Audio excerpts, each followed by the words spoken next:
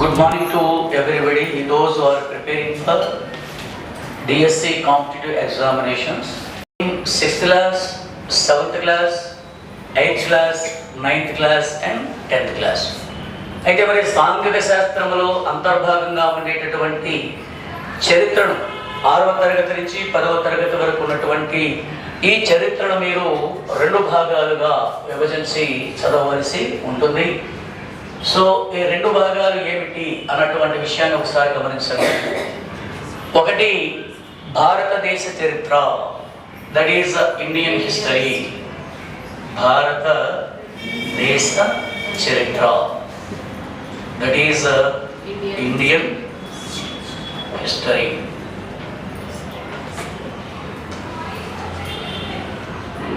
So రెండవది ప్రపంచ చరిత్ర. ప్రపంచ చరిత్ర, that is world history.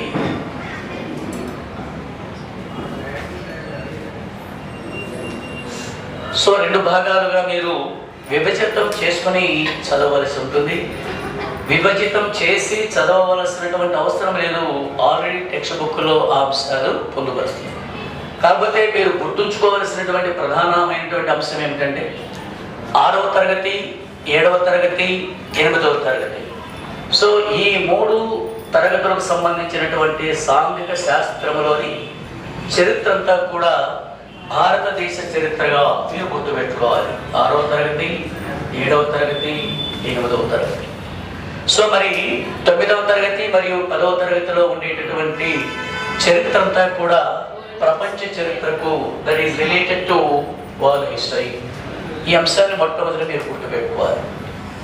So మరి భారతదేశ చరిత్రను ఎందుకు చదవాలి, ప్రపంచ చరిత్రను ఎందుకు చదవాలి అన్నటువంటి అంశాన్ని మీరు కాబోయేటటువంటి అధ్యాపకులు కనుక మీరు భవిష్యత్తులో తరగతి గదిలో విద్యార్థులకు బోధించవలసినటువంటి గురుతర బాధ్యత మీ మీద ఉంది కనుక భారతదేశ చరిత్రను ఎందుకు చదవాలి, అదేవిధంగా ప్రపంచ చరిత్రను ఎందుకు చదవాలి అన్నటువంటి అంశాన్ని కూడా కొంత అవగాహన చేసుకున్నట్లయితే చాలా బాగుంటుంది. కారణం ఏమిటంటే భారతదేశ చరిత్రను చదవలసినటువంటి ప్రధానమైనటువంటి అవసరం టెక్స్ట్ బుక్లో భారతదేశ చరిత్రను పొందుపరిచి దానిని విద్యార్థి తప్పనిసరిగా అవగాహన చేసుకోవాలి అన్నటువంటి అంశాన్ని రాష్ట్ర ప్రభుత్వం ఎందుకు ప్రస్తావించారు అంటే, సో కాబోయేటటువంటి భావి భారత పౌరులు వీరి యొక్క భవిష్యత్ అంతా కూడా తరగతి గదిలో నిర్మితమవుతుంది. ఆ తరగతి గదిలో విద్యార్థి యొక్క భవిష్యత్తును తీర్చిదిద్దేటటువంటి అద్భుతమైనటువంటి రూపశిల్పి ఉపాధ్యాయుడు.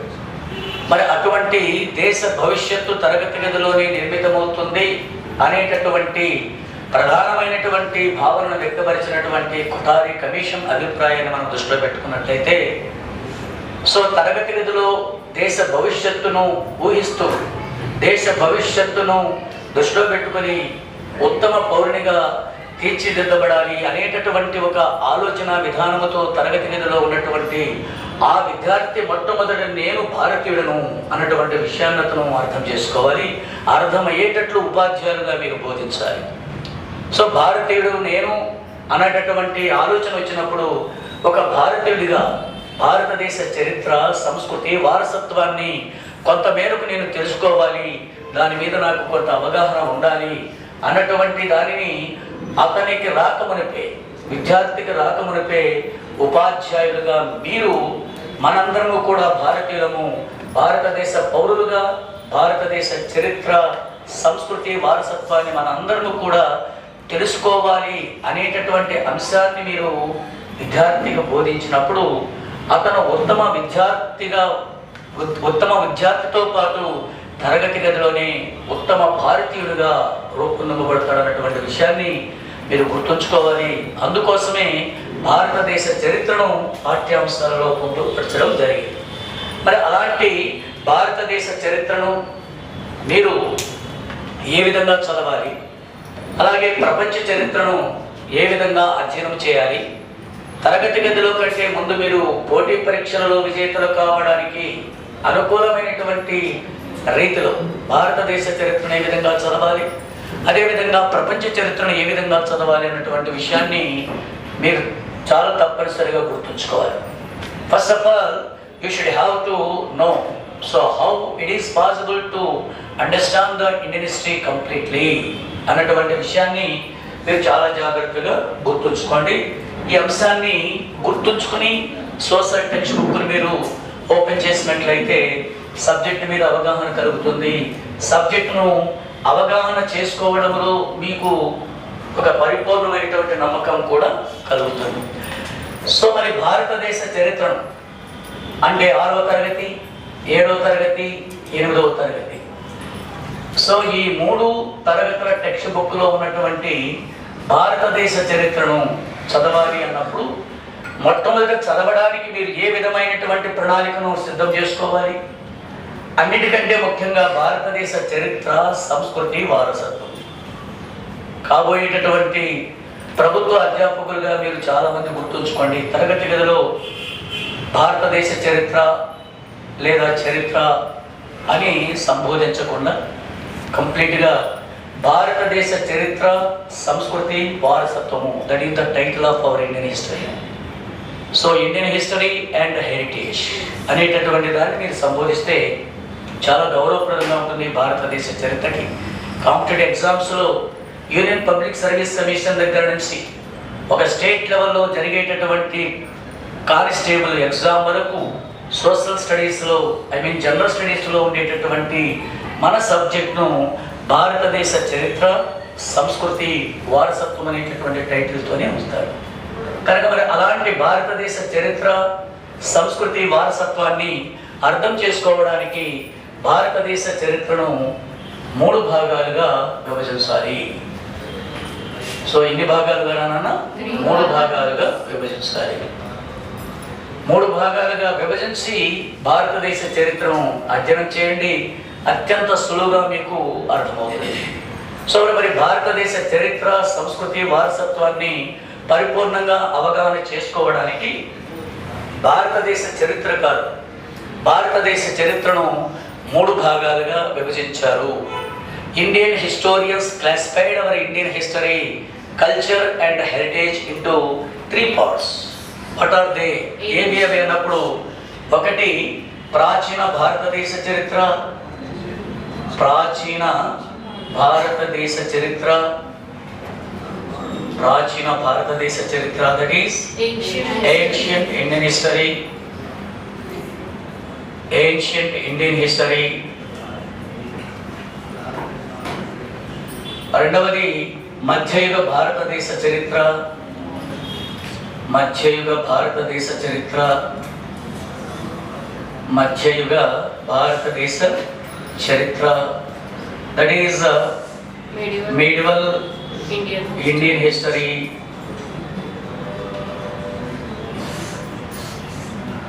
medieval Indian history. మూడవది ఆధునిక భారతదేశ చరిత్ర, ఆధునిక భారతదేశ చరిత్ర. దీనిని మోడర్న్ ఇండియన్ హిస్టరీ అని పిలుస్తారు.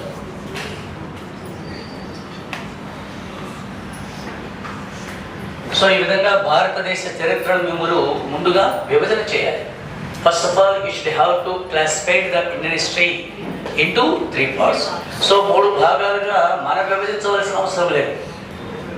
ఆల్రెడీ భారతదేశ చరిత్రకారులు భారతదేశంలో జరిగినటువంటి ఆది నుండి ప్రాచీన కాలము నుండి నేటి వరకు జరిగినటువంటి అనేకమైనటువంటి రాజకీయ సంఘటనలను ప్రాతిపదికగా తీసుకుని భారతదేశ చరిత్రకారులు మన దేశ చరిత్రను 3 భాగాలుగా విభజించారు.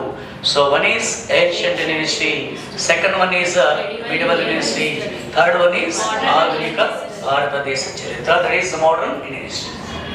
అయితే భారతదేశ చరిత్ర ఎంత గొప్పది, భారతదేశ చరిత్ర, సంస్కృతి, వారసత్వం అనేటటువంటిది ఎంత విస్తృతమైనటువంటి చరిత్ర కలిగినది, దాని యొక్క ప్రభావం భారతదేశ పౌరుల మీద ఏ విధమైనటువంటి ప్రభావాన్ని చూపింది అన్నటువంటి విషయం కేవలం భారతీయులకే కాదు, భారతదేశాన్ని 1757 నుంచి 1947 వరకు పరిపాలన చేసిన ఐరోపా ఖండంలోని ఇంగ్లాండ్ దేశస్థులైనటువంటి బ్రిటిష్ వారిని కూడా మన భారతదేశ చరిత్ర సంస్కృతి విశేషంగా ప్రభావితం చేసింది.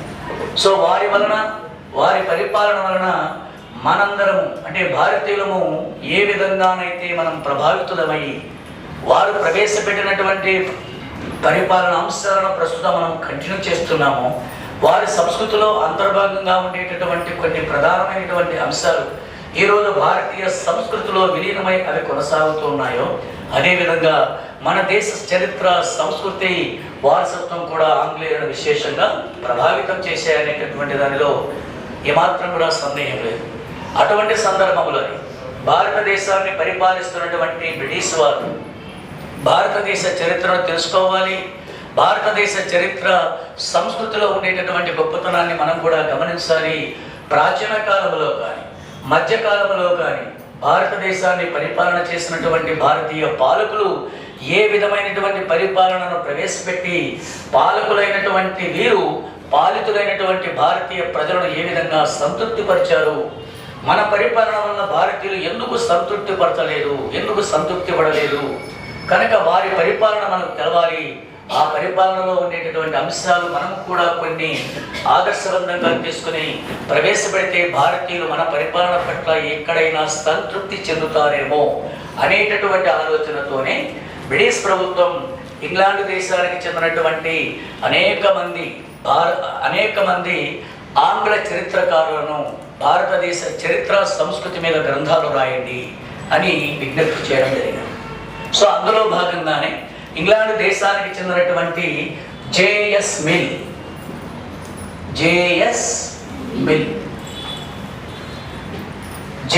మిల్ అనేటటువంటి ఒక గొప్ప తత్వవేత్త, ఇంగ్లాండ్ దేశానికి చెందిన జేఎస్ మిల్ అనేటటువంటి ఒక గొప్ప తత్వవేత్త మరియు పొలిటికల్ సైంటిస్ట్, రాజనీతిజ్ఞుడు, చరిత్ర మీద పరిపూర్ణమైనటువంటి అవగాహన కలిగినటువంటి జేఎస్ మిల్ అనేటటువంటి ఆయన ఒక గొప్ప గ్రంథాన్ని రాశాడు భారతదేశ చరిత్రకు సంబంధించి. దానినే మనము the history of British India. J S Mill wrote a book, so that is the history of British India.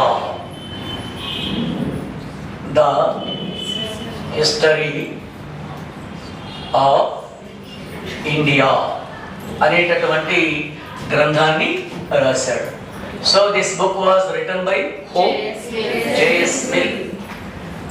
England దేశానికి చెందినటువంటి ఈయన the history of British India అనేటటువంటి గ్రంథాన్ని రాయడమే కాకుండా ఆ గ్రంథంలో భారతదేశ చరిత్ర సంస్కృతి వారసత్వాన్ని 3 భాగాలుగా విభజించాడు. సో జేఎస్ మిల్ కూడా భారతదేశ చరిత్రను ఎన్ని భాగాలుగా విభజించాడన్నా 3 భాగాలుగానే విభజించాడు. కానీ జేఎస్ మిల్ తాను రాసినటువంటి the history of British India అనేటటువంటి గ్రంథంలో భారతదేశ చరిత్రను మత ప్రాతిపదిక మీద విభజించాడు. ఏ ప్రాతిపదిక మీద భారతదేశ చరిత్రను విభజించాడు? మత ప్రాతిపదిక మీద. J S Mill classified our Indian history on the basis of religion concepts. భారతదేశ చరిత్రకారులేమో భారతదేశ చరిత్రను భారతదేశంలో జరిగినటువంటి వివిధ రాజకీయ సంఘటనలను ప్రాతిపదికగా తీసుకుని భారతదేశ చరిత్రను 3 భాగాలుగా చేస్తే జేఎస్ మిల్ అనే చరిత్రకారుడు మాత్రం మత ప్రాతిపదిక మీద on the basis of religion ఆయన భారతదేశ చరిత్రను 3 భాగాలుగా విభజించాడు. మరి జేఎస్ మిల్ అభిప్రాయం ప్రకారము ప్రాచీన అంటే భారతదేశ చరిత్రను ఆయన ఒకటి హిందూ యుగము, హిందూ పీరియడ్. సో రెండవది ముస్లిం యుగము, ముస్లిం పీరియడ్. ఆధునిక అంటే 3వ భాగాన్నేమో ఆయన బ్రిటిష్ యుగము, దట్ ఈజ్ క్రైస్తవ యుగము. ఏ విధంగా క్రైస్తవ యుగం. ఆయన మత ప్రాతిపదిక మీద భారతదేశ చరిత్రను 3 భాగాలుగా విభజించాడు.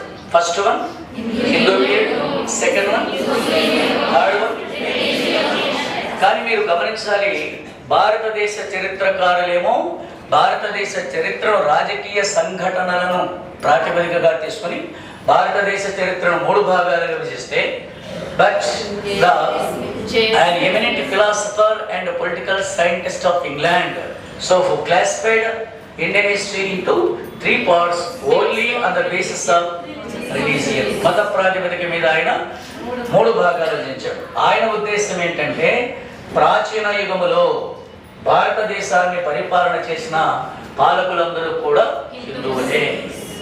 అది ఆయన యొక్క ఉద్దేశం. కాబట్టి ప్రాచీన యుగంలో భారతదేశాన్ని పరిపాలన చేసిన పాలకులందరూ కూడా హిందువులు కనుక ఆ యుగాన్ని హిందూ యుగంగా ఆయన తాను రాసినటువంటి the history of British India అనేటటువంటి గ్రంథంలో ప్రస్తావించాడు. దానికి ఆయన ఉదాహరణ కూడా చెప్పాడు. ప్రాచీన యుగంలో భారతదేశాన్ని పరిపాలన చేసినటువంటి ప్రధానమైనటువంటి హిందూ పాలకులు బింబిసారుడు, అజాతశత్రువు, మహాపద్మనందుడు, చంద్రగుప్త మౌర్యుడు, అశోక చక్రవర్తి, సంప్రది, సముద్రగుప్తుడు, 2వ చంద్రగుప్త విక్రమాదిత్యుడు, మొదటి కుమారగుప్తుడు మరియు హర్షవర్ధనుడు. సో వీరందరూ కూడా ప్రాచీన యుగంలో భారతదేశాన్ని పరిపాలన చేసినటువంటి హిందూ పాలకులు. కనుకనే జేఎస్ మిల్ ప్రాచీన భారతదేశ చరిత్రను హిందూ యుగంగా ఆయన వర్ణించాడు. మరి మధ్యయుగ భారతదేశ చరిత్రను జేఎస్ మిల్ చరిత్రకారుడేమో ఏమన్నారు? ముస్లిం యుగము. అంటే మధ్యయుగంలో భారతదేశాన్ని పరిపాలన చేసినటువంటి పాలకులందరూ కూడా ముస్లిం మతానికి చెందిన వారే. ముస్లిం మతాన్ని మనము మహమ్మదీయ మతము, ఇస్లాం మతం అంటాం కనుక ఈ మధ్యయుగాన్ని ఇస్లాం యుగము లేదా మహమ్మదీయ యుగం అని కూడా పిలుస్తారు. ఆయన మధ్యయుగ భారతదేశాన్ని ముస్లిం యుగంగా వర్ణించడంలో కూడా బలమైనటువంటి కారణమేమి? మధ్యయుగంలో భారతదేశాన్ని పరిపాలన చేసినటువంటి పాలకులందరూ కూడా ఇస్లాం మతానికి చెందిన వారే అని చెప్పడమే కాకుండా ఆ ముస్లిం పాలకుల పేర్లను కూడా ఆ గ్రంథంలో ఆయన ప్రస్తావించాడు. మరి మధ్యయుగంలో భారతదేశాన్ని పరిపాలన చేసినటువంటి ఆ ముస్లిం పాలకులే కుతుబుద్దీన్ ఐబక్, ఆరామ్ షా, షాంసుద్దీన్ ఇల్తుత్మిష్, సుల్తాన్ రజియా బేగం, గియాజుద్దీన్ బాల్బన్, కైకుబాద్, జలాలుద్దీన్ ఫిరోజ్ ఖిల్జీ, అల్లావుద్దీన్ ఖిల్జీ, కుతుబుద్దీన్ ముబారక్ ఖిల్జీ, గియాజుద్దీన్ తుగ్లక్, మహమ్మద్ బిన్ తుగ్లక్, ఫిరోజ్ షా తుగ్లక్, మహమ్మద్ షా, అల్లావుద్దీన్ ఆలాం షా, బహ్లాల్ లోడి, సికిందర్ షా లోడి, ఇబ్రహీం లోడి, జహీరుద్దీన్ మహమ్మద్ బాబర్, నాసిరుద్దీన్ మహమ్మద్ హుమయూన్, జలాలుద్దీన్ మహమ్మద్ అక్బర్, నూరుద్దీన్ మహమ్మద్ జహంగీర్, షహాబుద్దీన్ మహమ్మద్ షాజహాన్, మొయివుద్దీన్ మహమ్మద్ ఔరంగజేబ్ అండ్ బహదూర్ షా జాఫర్. సో వీరందరూ కూడా మధ్యయుగంలో భారతదేశాన్ని పరిపాలన చేసినటువంటి వారే. కనుకనే వీరిని ముస్లిం మతానికి చెందిన వారు కనుక వీరి పాలనా కాలాన్ని జేఎస్ మిల్ ఏ విధంగా అభివర్ణించాడు? ముస్లింగా వర్ణించాడు. మరి అదేవిధంగా ఆధునిక యుగాన్ని జేఎస్ మిల్ ఏమో బ్రిటిష్ యుగముగా వర్ణించాడు. సో బ్రిటిష్ యుగముగా వర్ణించాడు అనేటటువంటి అంశాన్ని మీరు జాగ్రత్తగా గమనించండి. బ్రిటిష్ యుగము అని జేఎస్ మిల్ ఆధునిక యుగాన్ని ఎందుకన్నాడు అనేటటువంటి అంశాన్ని నేను ప్రశ్న రూపంలో మిమ్మల్ని అడగాలని భావిస్తే ఈ పాటికి మీకు ఆన్సర్ చెప్పడానికి మీ యొక్క మస్తిష్కము సిద్ధమై ఉంటుంది. కారణం ఆల్రెడీ 2 కాన్సెప్ట్స్ మనం అర్థం చేసుకున్నాం. సో 3వ యుగమైనటువంటి ఆధునిక యుగంలో కూడా భారతదేశాన్ని ఒక మతానికి చెందిన వారు పరిపాలన చేశారు కాబట్టి ఆ మత ప్రాతిపదిక మీద ఆ యొక్క చరిత్రను క్రైస్తవ యుగము లేదా బ్రిటిష్ యుగముగా వర్ణించడం జరిగింది. మరి ఆధునిక యుగంలో భారతదేశాన్ని పరిపాలన చేసినటువంటి పాలకులు ఎవరు, వారి యొక్క ప్రత్యేకత ఏమిటి అన్నప్పుడు ఆధునిక యుగము లేదా బ్రిటిష్ యుగంలో భారతదేశాన్ని పరిపాలన చేసిన పాలకులందరూ కూడా ఆంగ్లేయులే లేదా బ్రిటిష్ వారే. వారందరూ కూడా క్రైస్తవ మతానికి చెందినవారు. కనుకనే ఆ యుగాన్ని బ్రిటిష్ యుగము లేదా క్రైస్తవ యుగంగా వర్ణించాడు ప్రముఖ చరిత్రకారుడైనటువంటి జేమ్స్ మిల్ తాను రాసినటువంటి the history of Venice. So అభ్యర్థులందరూ కూడా ఎవరైతే ఈ వీడియోను చూస్తున్నారో అభ్యర్థులందరూ కూడా మీరు గమనించాలి, ఇవన్నీ కూడా ఏ హై క్లాస్ టెక్స్ట్ బుక్లో ఉన్నాయో, ఎక్కడెక్కడైతే ఉన్నాయో అవన్నీ కూడా మనం చదవాలన అనేటటువంటి ఆందోళన చెందవలసినటువంటి అవసరం కాదు. మారినటువంటి కొత్త టెక్స్ట్ బుక్లు మీరు చదువుతున్నారు. కొత్త టెక్స్ట్ బుక్లో ప్రస్తావించినటువంటి అంశాలన్నీ కూడా ఈ కొత్త టెక్స్ట్ బుక్లో సమాచారాన్ని చాలా ఎక్కువ ఇచ్చి ఉన్నారు. వాటన్నిటినీ కూడా జాగ్రత్తగా మీరు అవగాహన చేసుకుంటే తప్ప రాబోయేటటువంటి పరీక్షలో సబ్జెక్టులో చరిత్రకు సంబంధించినటువంటి ప్రశ్నలకు మీరు సమాధానాలు రాయలేరు. సబ్జెక్టును చాలా అవగాహన చేసుకోవాలి. మరి ఆధునిక యుగము లేదా బ్రిటిష్ యుగంలో భారతదేశాన్ని పరిపాలన చేసినటువంటి పాలకులందరూ కూడా బ్రిటిష్ వారు లేదా క్రైస్తవ మతానికి చెందిన వారు కాబట్టి దాన్ని ఏమన్నారు నాన్న? బ్రిటిష్ యుగము లేదా క్రైస్తవ యుగము. ఆధునిక యుగములో భారతదేశాన్ని పరిపాలన చేసినటువంటి ఆంగ్ల పాలకులు Robert Clive, Warren Hastings, Cornwallis, Lord Wellesley, William Bentinck, Lord Dalhousie, Lord Canning, Lord Lytton, Lord Ripon, Lord Dufferin, Lord Curzon, Lord Minto two, Lord Irwin, Lord Linlithgow, Lord Louis Mountbatten. So వీరందరూ కూడా మీరు ఆంగ్లదేశాన్ని British యుగంలో పరిపాలన చేసిన పాలకులు అన్న విషయాన్ని మీరు గుర్తుపెట్టుకోవాలి. సో ఈ వీడియోను మీరందరూ కూడా చూస్తూ వీడియో చాలా బాగుంది, master black shirt white pant వేసుకున్నారు, బాగా ఉంది అన్నటువంటి కాన్సెప్ట్లోకి వెళ్ళకుండా ఇందులో ఉండేటటువంటి కాన్సెప్ట్ ఏమిటో మీరు చూస్తూ ఈ వీడియోలో ఉండేటటువంటి మొత్తం పాయింట్స్ అన్నీ కూడా మీరు నోట్ చేసుకోవాలి. పాయింట్స్ అన్నీ కూడా నోట్ చేసుకుని ఒక్కసారి మళ్ళీ మీరందరూ కూడా దాన్ని అవగాహన చేసుకున్నట్టయితే నేను చెప్పేటటువంటి ఈ అంశాలన్నీ కూడా మీకు హితోధికంగా ఉపయోగపడతాయన్నటువంటి విషయాన్ని మీరు గుర్తుపెట్టుకోవాలి. మరి ఈ 3 భాగాలు కూడా మీరు జాగ్రత్తగా గమనిస్తే, 1 ప్రాచీన యుగము, 2 మధ్యయుగము, 3 ఆధునిక యుగము. ఇది భారతదేశ చరిత్రకారుల యొక్క విభజన. కానీ 1 హిందూ యుగము, 2 ముస్లిం యుగము, 3 బ్రిటిష్ యుగము. ఈ విభజన ఏమో ఆంగ్ల చరిత్రకారుడైనటువంటి అంటే ఆయన ఉద్దేశం ప్రకారము, మన భారతదేశ చరిత్రకారుల ఉద్దేశం ప్రకారము ప్రస్తావించబడినటువంటి ఈ 2 అంశాలను కూడా మనం క్రోడీకరించుకున్నట్లయితే ప్రాచీన భారతదేశ చరిత్రను హిందూ యుగమని, మధ్యయుగ భారతదేశ చరిత్రను ముస్లిం యుగమని, ఆధునిక భారతదేశ చరిత్రను బ్రిటిష్ యుగము లేదా క్రైస్తవ యుగమని పిలుస్తారన్నటువంటి విషయాన్ని అల్టిమేట్గా మీరు గుర్తుపెట్టుకోవాలి. సో మరి భారతదేశ చరిత్రలో మొదటి భాగమైనటువంటి ప్రాచీన భారతదేశ చరిత్ర, so that is ancient Indian history or Hindu period లేదా హిందూ యుగం. ప్రాచీన భారతదేశ చరిత్ర అంతా కూడా మీకు సిలబస్ను ఏ విధంగా అయితే ఆంధ్రప్రదేశ్ ప్రభుత్వం మీకు డిఎస్సికి సిలబస్ ప్రకటించిందో, సిలబస్ను వాళ్ళు జారీ చేశారో, ఆ సిలబస్లో ప్రస్తావించబడినటువంటి ప్రధానమైనటువంటి అంశం కూడా మీరు గుర్తుపెట్టుకోవాలి. సిలబస్ అంతా కూడా కొత్త టెక్స్ట్ బుక్లు అన్న విషయాన్ని మీరు గుర్తుపెట్టుకోవాలి. 6వ తరగతి, 7వ తరగతి, 8వ తరగతి, 9వ తరగతి. సో ఈ 4 టెక్స్ట్ బుక్లన్నీ కూడా కొత్త టెక్స్ట్ బుక్లు. 10వ తరగతి మాత్రమే ఓల్డ్ టెక్స్ట్ బుక్గా మీరు గుర్తుపెట్టుకుంటారు. ఈ కాటికి నాకు ఆ విషయాన్ని స్పష్టంగా తెలుసు. మరి అటువంటి 6 నుంచి 8 వరకు ఉన్నటువంటి భారతదేశ చరిత్రను గురించి చెప్పేటటువంటి ఈ టెక్స్ట్ బుక్లో 6వ తరగతి టెక్స్ట్ బుక్ అంతా కూడా మీకు ప్రాచీన భారతదేశ చరిత్ర లేదా హిందూ యుగం అనేటటువంటిది మీరు గుర్తుపెట్టుకోవాలి. Entire the 6th class text book concept is related to ancient Indian history or Hindu period. ఈ విభజన మీకు చాలా అవసరం. అభ్యర్థులకు పాపం చాలా ఇబ్బంది పడతారు. అందులోనూ కొత్త టెక్స్ట్ బుక్లో అంశాలన్నీ కూడా వరుస క్రమంలో పెద్దగా లేవు. కాకపోతే ఇప్పుడు వచ్చేటటువంటి టెక్స్ట్ బుక్లు చాలా ఆనందకరం.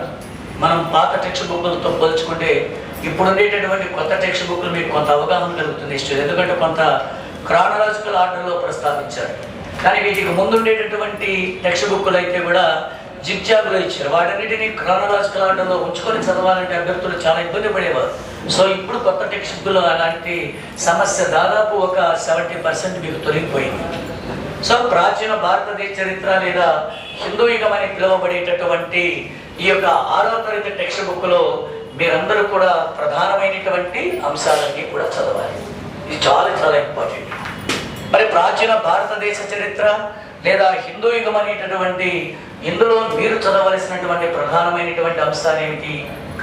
భారతదేశ చరిత్ర ఆధారాలు, ఆదిమ యుగము నుండి శ్రీనివాసం వరకు ఆదిమ మానవుడు, అదేవిధంగా ప్రాచీన నాగరికతలు, అలాగే రాజ్యాలు, గణతంత్ర రాజ్యాల యొక్క ఆవిర్భావము, తర్వాత అందులోనే మీకు షోడశ మహాజనపదాలు, షోడశ మహాజనపదాలలో ఒక శక్తివంతమైన ఘనపదమైనటువంటి వచ్చి మహాజనపదాల కాలంలోనే భారతదేశంపై దండయాత్ర జరిపినటువంటి గ్రీకు దేశ చక్రవర్తి, ప్రపంచ సైనిక యోధుడు అరిస్టాటిల్ ప్రీతమ శిష్యుడైనటువంటి అలెగ్జాండర్ భారతదేశంపై జరిపినటువంటి దండయాత్రలు, అలాగే గ్రీకులు భారతదేశంపై దండయాత్ర జరిపి భారత వాయువ్య ప్రాంతాన్ని ఆక్రమించుకున్న తర్వాత వారు భారతదేశంలో జరిపినటువంటి పరిపాలనా పరంగా భారత వాయువ్య ప్రాంతంలో ఒక అద్భుతమైనటువంటి శిల్పకళ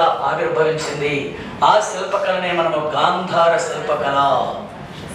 ఆ తర్వాత చాప్టర్ సామ్రాజ్యాలు మరియు చక్రవర్తులు. సామ్రాజ్యాలు చక్రవర్తులు అనేటటువంటి ఆ చాప్టర్లో మీరు చదవలసినటువంటిది మౌర్య సామ్రాజ్యము. మౌర్య సామ్రాజ్యంలో అనేకమైనటువంటి పరిపాలనాంశాలు ఉన్నాయి. సో మీరు మౌర్య సామ్రాజ్యాన్ని పరిపాలన చేసినటువంటి మౌర్య చక్రవర్తులు, మౌర్య చక్రవర్తులలో గొప్పవాడుగా కీర్తి పొందినటువంటి అశోక చక్రవర్తిని గురించి ఎక్కువగా చదవాలి. ఎందుకంటే మీ యొక్క 6వ తరగతి టెక్స్ట్ బుక్లో అశోక చక్రవర్తిని గురించి ఎక్కువగా ఫోకస్ చేస్తున్నారు కనుక అశోక చక్రవర్తిని జాగ్రత్తగా మీరు చదవాలి. ఆయనకు సంబంధించినటువంటి సారాంశాన్ని కూడా చదవాలి. అలాగే మౌర్యుల పరిపాలనా విధానము చదవాలి. ఆ తర్వాత మౌర్య సామ్రాజ్యం పతనమైన తర్వాత భారతదేశాన్ని పరిపాలన చేసినటువంటి ప్రధానమైనటువంటి విదేశీయులు, వారు విదేశీయులు అయినప్పటికీ కూడా భారతీయ సంస్కృతిలో మమేకమయ్యారు. భారతదేశాన్ని మనం పరిపాలిస్తున్నాము, మనము విదేశీయులము, భారతీయులు మనకు విదేశీయులుగా మనం భావించాలి అనేటటువంటి భావనతో కాకుండా నేను పరిపాలిస్తున్నటువంటి ఈ భారతదేశం నాది, భారతదేశంలో ఉండేటటువంటి పౌరులందరూ కూడా నా సామ్రాజ్యంలో నివసించేటటువంటి ప్రజలే అనేటటువంటి ఒక ఉదాత్తమైనటువంటి భావనతో భారతదేశాన్ని పరిపాలన చేసినటువంటి కుషానుల గురించి మీరు చదవాలి. ఆ కుషానులలో గొప్పవాడే కనిష్కుడు. కనిష్కుని తర్వాత చదవలసినటువంటి ప్రధానమైనటువంటి చాప్టర్ హిందూ యుగంలో లేదా 6వ తరగతి టెక్స్ట్ బుక్లో గుప్తుల యుగము, గుప్త సామ్రాజ్యం. సో గుప్తులు భారతదేశాన్ని అత్యంత సమర్థవంతంగా పరిపాలన చేశారు. వారు స్థాపించినటువంటి విశాలమైనటువంటి సామ్రాజ్యమే గుప్త సామ్రాజ్యం. ఈ గుప్త పాలకులు తాము ప్రవేశపెట్టినటువంటి అద్భుతమైనటువంటి పరిపాలనా సంస్కరణలతో దేశ ప్రజలందరూ కూడా సుఖ సంతోషాలతో జీవించారు. వారి పాలనా కాలంలో సైన్స్ అండ్ టెక్నాలజీ, శాస్త్ర సాంకేతిక పరిజ్ఞానం అనేటటువంటిది అపురూపమైనటువంటి రీతిలో రూపకల్పన చేయబడింది. అనేకమైనటువంటి హిందూ దేవాలయాల నిర్మాణం జరిగింది. వారి పాలనా కాలంలో సంస్కృతం 3 పూలు 6 కాయలుగా వర్తిల్లింది. కనుకనే గుప్తుల పరిపాలనా కాలాన్ని స్వర్ణయుగముగా చరిత్రకారులు కీర్తించారు. మరి గుప్త సామ్రాజ్యం పతనమైన తర్వాత భారతదేశాన్ని పరిపాలన చేసిన చిట్ట చివరి హిందూ చక్రవర్తి హర్షవర్ధనుడు. సో ప్రాచీన యుగము లేదా హిందూ యుగము ఎవరి పరిపాలనతో అంతమవుతుంది? హర్షవర్ధనుడితో అంతమవుతుంది. హర్షవర్ధనుడు ప్రాచీన యుగంలో భారతదేశాన్ని పరిపాలించిన చివరి హిందూ చక్రవర్తిగా మీరు గుర్తుంచుకోవాలి. సో చివరి హిందూ చక్రవర్తి అయినటువంటి హర్షవర్ధనుడు ప్రాచీన యుగంలో భారతదేశాన్ని సమర్థవంతంగా పరిపాలన చేశాడు. చక్కటి పరిపాలనాంశాలను ప్రవేశపెట్టాడు. అద్భుతమైన సైనిక విజయాలను సాధించి యావత్ ఉత్తర భారతదేశాన్నందరినీ కూడా ఆయన తన యొక్క ఆధీనంలోకి తెచ్చుకున్నాడు. స్వయంగా సంస్కృతంలో గొప్ప కవి అయినటువంటి హర్షవర్ధనుడు విద్యాభిమాని. కనుకనే ఆయన తన పాలనా కాలంలో తన సామ్రాజ్యంలో అంతర్భాగంగా ఉండేటటువంటి నలంద విశ్వవిద్యాలయాన్ని అద్భుతంగా అభివృద్ధిపరిచాడు. ఆయన పాలనా కాలంలోనే నలంద విశ్వవిద్యాలయ అభివృద్ధికి హర్షవర్ధని ప్రభుత్వం 100 గ్రామాలను ఆ యొక్క నలంద విశ్వవిద్యాలయానికి కేటాయించింది. 100 గ్రామాల నుండి వచ్చేటటువంటి ఆదాయం అంతా కూడా నలంద విశ్వవిద్యాలయ అభివృద్ధికి వెచ్చించడం జరిగింది. కనుకనే నలంద విశ్వవిద్యాలయము హర్షుని పాలనా కాలంలో అంతర్జాతీయ కీర్తిని సంపాదించుకుంది. కనుకనే విదేశాలకు సంబంధించిన అనేక మంది విద్యార్థులు కూడా నలంద విశ్వవిద్యాలయంలో విద్యను అభ్యసించడానికి ఆసక్తి చూపారు. అలాంటి నలంద విశ్వవిద్యాలయంలో విద్యను అభ్యసించాలనేటటువంటి విద్యార్థుల తాకిడి ఎక్కువ కావడంతోనే గమనించినటువంటి హర్షవర్ధనుడు నలంద విశ్వవిద్యాలయంలో ప్రవేశము లభించాలి అంటే ప్రతి ఒక్కరూ కూడా పోటీ పరీక్షలు రాయాలి అనేటటువంటి ఒక ఉద్దేశంతోనే భారతదేశంలోని మొట్టమొదటిసారిగా హర్షవర్ధనుడు నలంద విశ్వవిద్యాలయంలో పోటీ పరీక్షలను ప్రవేశపెట్టాడు. The first Indian emperor who introduced competitive examinations for the first time in Nalanda University was Harshavardhan. ఆయన ఆ రోజు పోటీ పరీక్షలో ప్రవేశపెట్టాడు కనుక ఈరోజు మీరందరూ పోటీ పరీక్షలు రాయబోతున్నారు.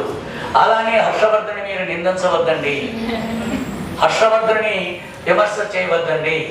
ఒక ముందు చూపుతోటి సమర్థవంతమైనటువంటి వారిని సమాజానికి అందించాలి అనేటటువంటి ఒక సదుద్దేశంతోనే హర్షవర్ధనుడు పోటీ పరీక్షలు ప్రవేశపెట్టాడు. ఆయన కాలంలో నలంద విశ్వవిద్యాలయము అంతర్జాతీయ కీర్తిని ఆర్జించింది.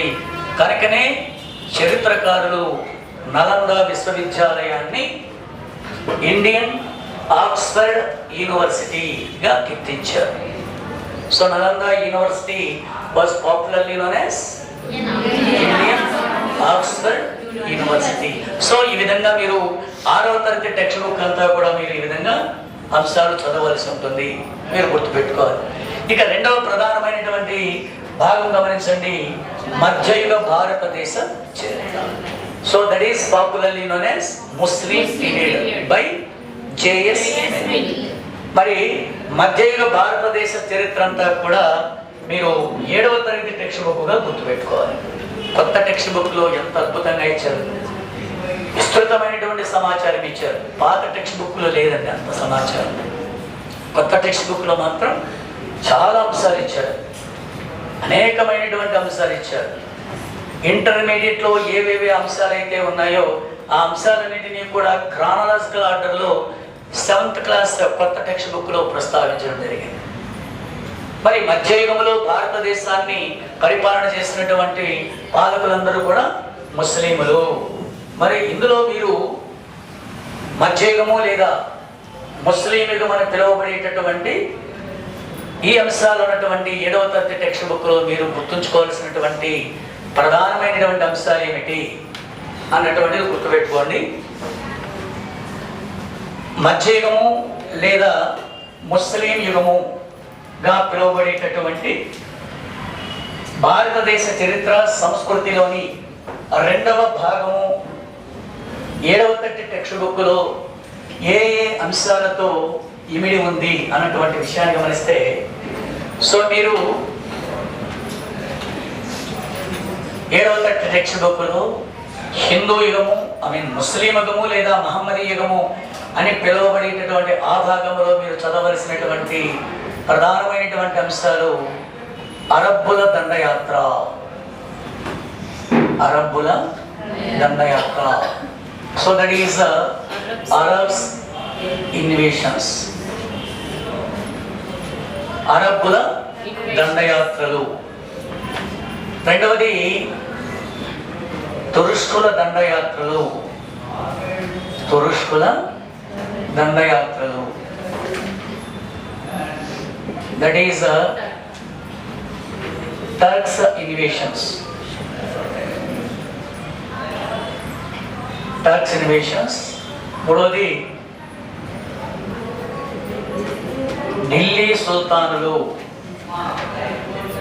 ఢిల్లీ సుల్తాన్స్. ఇక్కడ you have to remember the period 1206 to 1526 common ఎరా. తర్వాత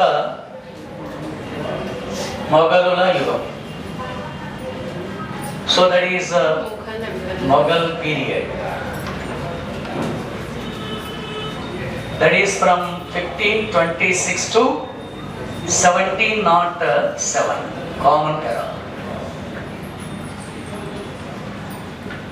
Last one is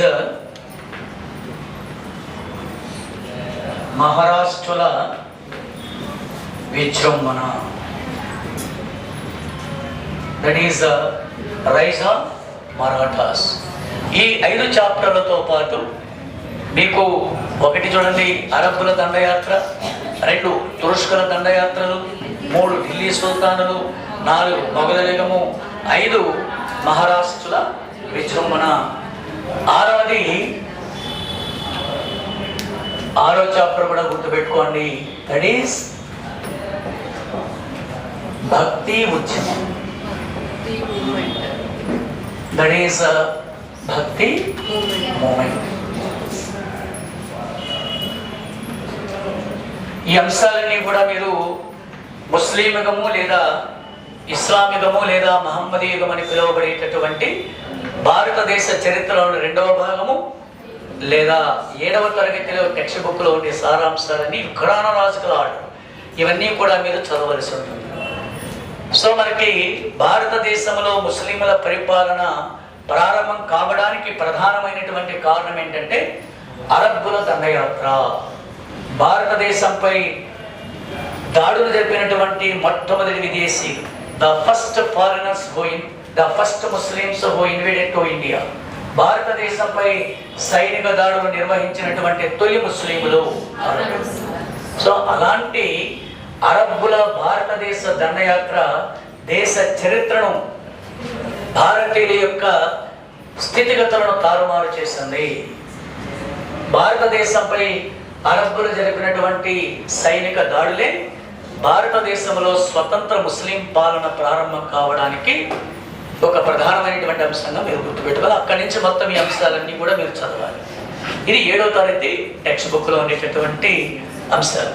ఇక తర్వాత 3వ ప్రధానమైనటువంటి భాగము దట్ ఈస్ బ్రిటిష్ యుగము లేదా మోడర్న్ ఇండియన్ హిస్టరీ, ఆధునిక భారతదేశ చరిత్ర. జేఎస్ మిల్ ప్రకారం అయితే ఆధునిక భారతదేశ చరిత్రను ఏమన్నా బ్రిటిష్ యుగము లేదా క్రైస్తవ యుగము. మరి అలాంటి బ్రిటిష్ యుగము లేదా క్రైస్తవ యుగంగా పిలువబడేటటువంటి ఆధునిక భారతదేశ చరిత్ర అంతా కూడా మీకు 8th క్లాస్ టెక్స్ట్ బుక్గా మీరు గుర్తుపెట్టుకోవాలి. మరి 8th క్లాస్ టెక్స్ట్ బుక్లో మీరు ఏం చదవాలి, ఏ అంశాలు ప్రస్తావించడం జరిగింది అంటే ఇక్కడ మీరు గుర్తుంచుకోవాల్సినటువంటి ఒక అంశం, ఆధునిక భారతదేశ చరిత్రను జేఎస్ మిల్ బ్రిటిష్ యుగము లేదా క్రైస్తవ యుగంగా ప్రస్తావించినప్పుడే ఆధునిక యుగము లేదా బ్రిటిష్ యుగం అంతా కూడా ఆంగ్లేయుల పరిపాలన కింద ఉంది కనుక మొత్తం అంశాలన్నీ కూడా చదవలసిన అంశాలన్నీ కూడా వేటికి సంబంధించి కలిగి ఉంటుంది అన్నటువంటి విషయం మనకు అర్థమవుతుంది. సో బ్రిటిష్ వారి పరిపాలనకు సంబంధించినటువంటి అంశాలే మనకు గుర్తుంచుకోవాలి. మరి 8వ తరగతి టెక్స్ట్ బుక్లో ఆధునిక యుగము లేదా బ్రిటిష్ యుగములో ప్రస్తావించబడినటువంటి ప్రధానమైనటువంటి అంశాలు ఏమిటి అంటే గుర్తుంచుకోవాల్సినటువంటివి కడపటి మొఘలులు. కడపటి మొఘలులు వీరిని మనము లేటర్ మొఘల్స్ అని పిలుస్తారు. రెండవది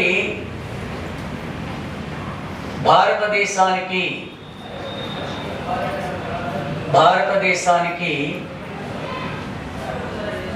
యూరోపియన్ల రాక. That is Advent of Europeans to India.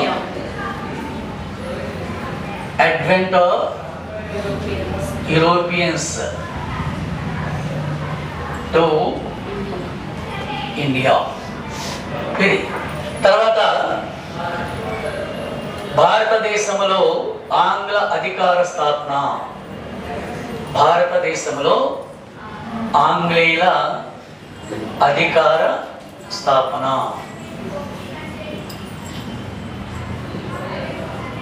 So there is the establishment of British power in India. అలాగే నెక్స్ట్ భారతదేశంలో ఆంగ్లేయుల పరిపాలన. ఆంగ్లేయుల పరిపాలన. So that is British rule in India. భారతదేశంలో ఆంగ్లేయుల పరిపాలన. తర్వాత 1857 తిరుగుబాటు. Revolt of 1857. 1857 రివోల్ట్, 1857 తిరుగుబాటు. దీనిని 1857 సిపాయిల తిరుగుబాటు అంటారు. కాకపోతే భారతదేశంలో ప్రముఖ స్వాతంత్ర సమరయోధుడు మరియు సంస్కృత పండితుడైనటువంటి వినాయక్ దామోదర్ సావర్కర్ 1857 సిపాయిల తిరుగుబాటును ప్రథమ భారత స్వాతంత్ర సంగ్రామంగా వర్ణించాడు. An eminent Sanskrit scholar and freedom fighter of India, Vinayak Damodar Savarkar described 1857 revolt as the first war of Indian independence అనేటటువంటి దాన్ని చాలా అంశాలు ఉన్నాయి. తర్వాత చదవలసింది భారతదేశంలో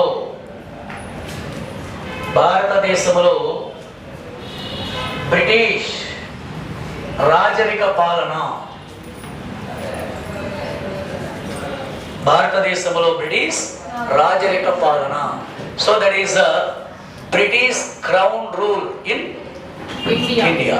British crown rule in India from 1858 to 1947. 1858 నుంచి 1947 వరకు భారతదేశంలో సాగినటువంటి పరిపాలనను ఏమంటారు? బ్రిటిష్ రాజరిక పాలన. గుర్తుంచుకోవాలి. ఇది ఎక్స్ప్లెయిన్ చేసేటప్పుడు క్లాసులో సంపూర్ణమైన సమాచారం ఉంది. ఈ వీడియోలో మొత్తం ఎక్స్ప్లెనేషన్ అంతా కూడా ఇవ్వడం సాధ్యం కాదు కనుక మీకు సబ్జెక్ట్ మీద ఏ కోణంలో చదివితే సబ్జెక్ట్ మీకు పరిపూర్ణంగా అర్థమవుతుంది అన్నటువంటి అంశాన్ని మీరు గుర్తుపెట్టుకోవడానికి ఈ వీడియో చాలా ఉపయోగపడుతుంది. ఈ వీడియోలో ఉండే అంశాలన్నీ మీరు ఎప్పుడైతే గుర్తుంచుకుంటారో అప్పుడు మీరు పూర్తి సక్సెస్ అయినట్టే లెక్క. కాబట్టి ఇక్కడ 1858 నుంచి 1947 వరకు భారతదేశంలో బ్రిటిష్ రాజరిక పాలన. అంటే 1757 నుండి 1857 నుంచి 1857 వరకు భారతదేశంలో బ్రిటిష్ వారి పరిపాలనను మనము కంపెనీ పరిపాలన అంటాం. కానీ 1850 నుంచి 1947 వరకు భారతదేశంలో ఉండే పరిపాలన మాత్రము బ్రిటిష్ రాజరిక పాలన. ఈ పరిపాలనలో మీరు వైస్రాయ్ గురించి, వైస్రాయ్లు ప్రవేశపెట్టినటువంటి ముఖ్యమైన అంశాలన్నీ కూడా చదవాలి. మరి ఈ చాప్టర్లో I mean 8th class text బుక్లో ఆధునిక భారతదేశ చరిత్ర లేదా బ్రిటిష్ యుగంలో 100% కాంపిటేటివ్ ఎగ్జామ్స్ మీరు రాయబోయేటటువంటి కాంపిటేటివ్ ఎగ్జామ్స్లో డిఎస్సికి తప్పనిసరిగా ప్రశ్న లేదా ప్రశ్నలు ఉండేటటువంటి చాప్టరే నెక్స్ట్ చాప్టర్, భారత జాతీయ స్వాతంత్రోద్యమం. ఇండియన్ నేషనల్ ఇండిపెండెంట్ మూమెంట్, భారత జాతీయ స్వాతంత్రోద్యమం. ఇది చాలా ఇంపార్టెంట్.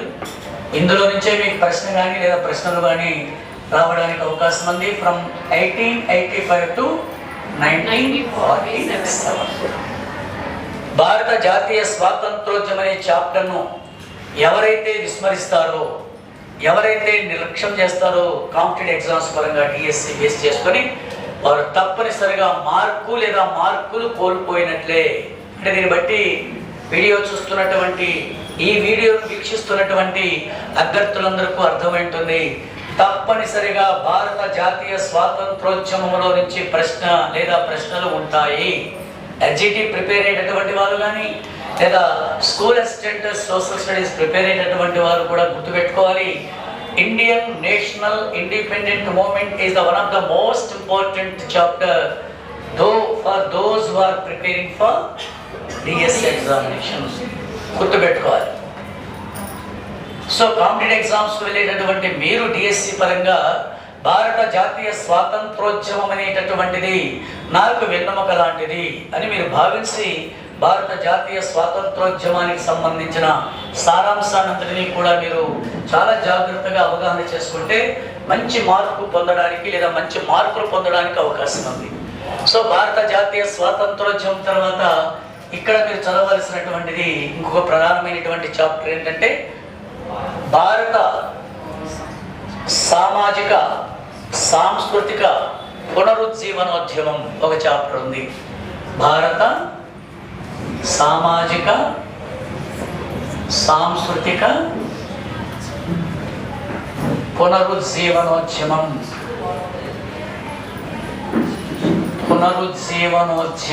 ఇది ఒకసారి ఎగ్జామ్ పాయింట్ ఆఫ్ వ్యూలో కూడా గుర్తుపెట్టుకోండి.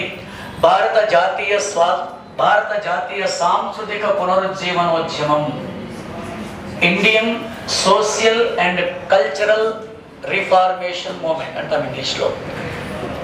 The Indian social cultural reformation movement or the Indian social and cultural renaissance అని కూడా పిలుస్తాం.